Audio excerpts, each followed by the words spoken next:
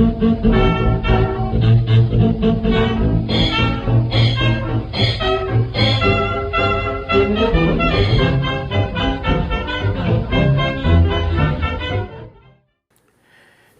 a short note to say that on the way that this was shot, sleeping bags are difficult to display in person. They're challenging to photograph in still photography, and when you start using video and introduce an individual, a person, into the frame, things get real wonky and you really can't see much of either the person or the sleeping bag. So I'm using some still photographs and doing some other things in the future videos to kind of improve the situation.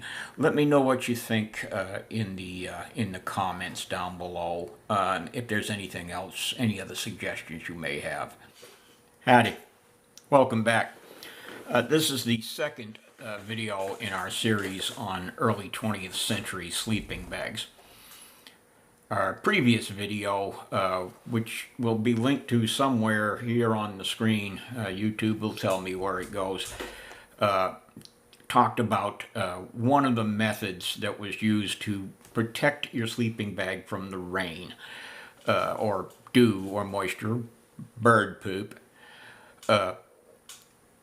And that came from an 1896 article in Field and Stream. I'll show it here just briefly in case you didn't see the first video.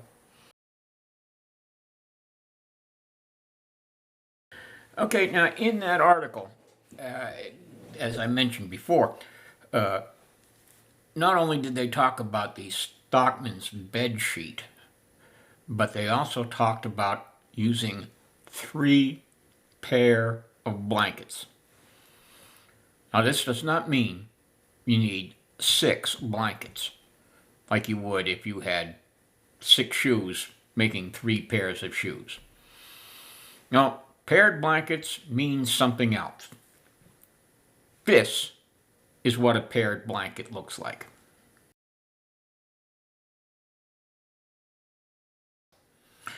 Now in case you didn't notice, that's a mighty long blanket. Well, the reason why it's called a pair of blankets is it is 2 blankets long. It is just as wide as a regular blanket, but it is 2 blankets long. What that means is that when they unrolled it, they didn't cut it at every blanket length. They cut it every other blanket length.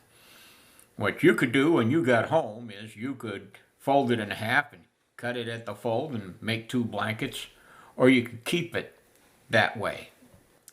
Now, during the late 19th, early 20th, and on into the middle of the 20th century, blankets like this were marketed in pairs. It was a cost-saving measure by the manufacturer. If you had a roll of blankets that had just come off the mill, it was 20,000 blankets on that roll. Well, you could save a little bit of money and time if you only made 10,000 cuts instead of 20,000.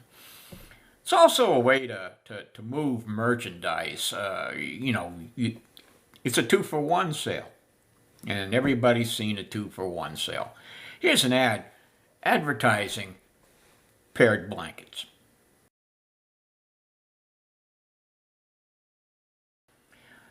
As I said, you could leave that blanket that length if you wanted to, rather than cutting it and making 2 blankets, giving one to Tom and one to Sally. You could take that blanket and fold it in half and lay it on the bed and then get inside the folded blanket. And what this would do, it would ensure that your feet wouldn't stick out the end. Also, very, very useful if you're going to be making a homemade sleeping bag. Now, if you want to see a sleeping bag made out of 3 pair of blankets, here's what it looks like.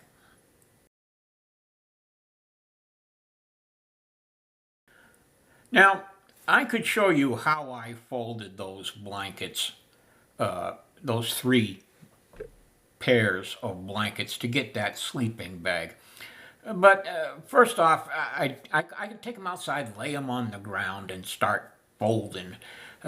the problem with that is you really won't see much of anything. And I'd be too far away from the mic. I'd have to raise my voice. And, well, that would mean that, the neighbors would say, oh, what's that crazy old man up to this time?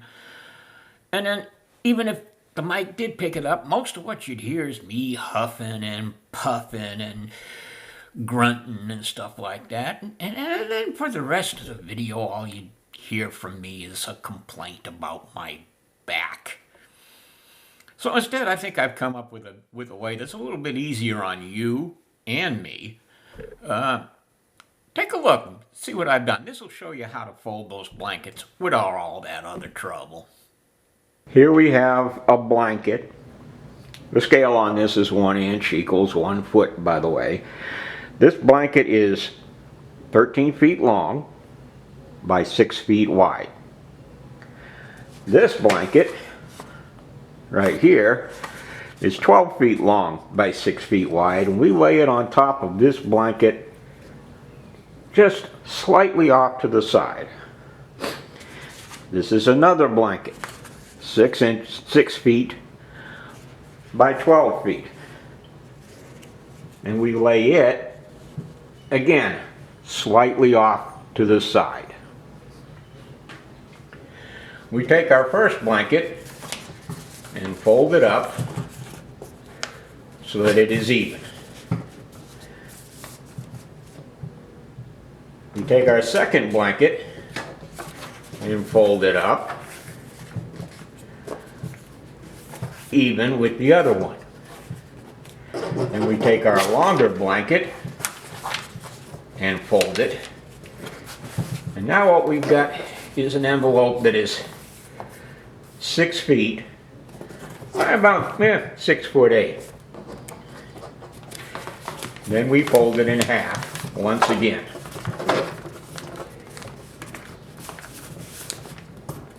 You with me there? Then we take these folds that have been off to the side and fold them over. And this provides us with a side closure for the bag, and we pin that up. Now, when we go to sleep, we can get inside the bag and we have this little flap right here to cover our heads.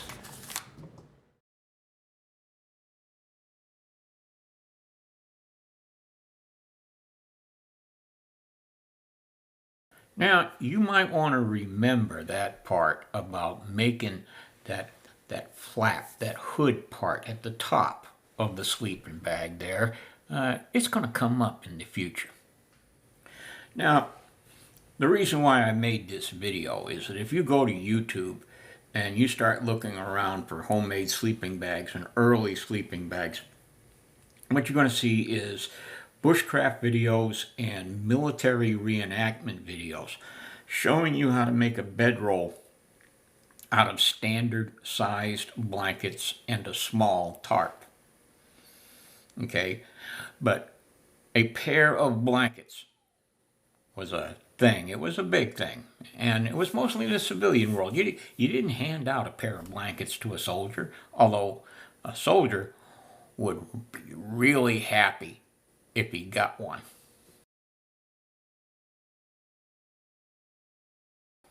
So if we're going to interpret the material culture of the time, we should have a sprinkling, at least, among our number of paired blankets, a pair of blankets, sleeping bags made out of a pair of blankets, or a bed in the bottom of a tent, on the ground of a tent, made out of a pair of blankets, so that you can explain this practice to people. It's becoming lost knowledge.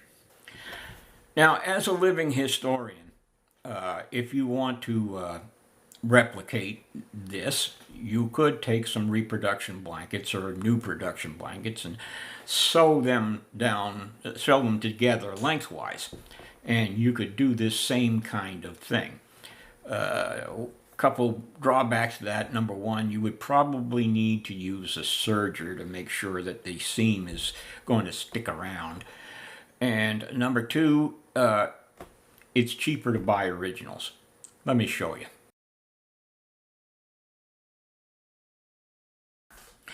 Now to find these, your best source, of course, is going to be Evil Bay. And the search criteria I used to find them was camp blanket, extra long blanket, paired blanket. And I was able to find them under all of those terms. One other note I will mention is that most of these blankets that are called camp blankets are actually a very lightweight wool or cotton flannel.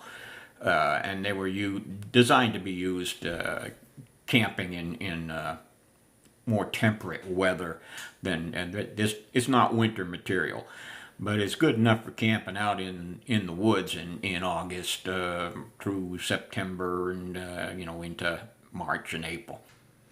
Okay, so these first two videos in this series were aimed more towards the living historian, the participant, as a way to help you improve your impression or build one from scratch.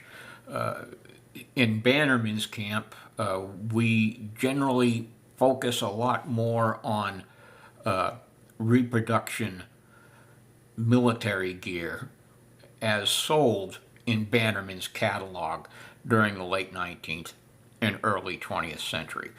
But we should have a mix of both that reproduction military gear and handmade gear like what we just saw in these last two videos. Now, the next video is going to be aimed more towards the collector and the serious student of outdoor products history. Stick around. You might enjoy it.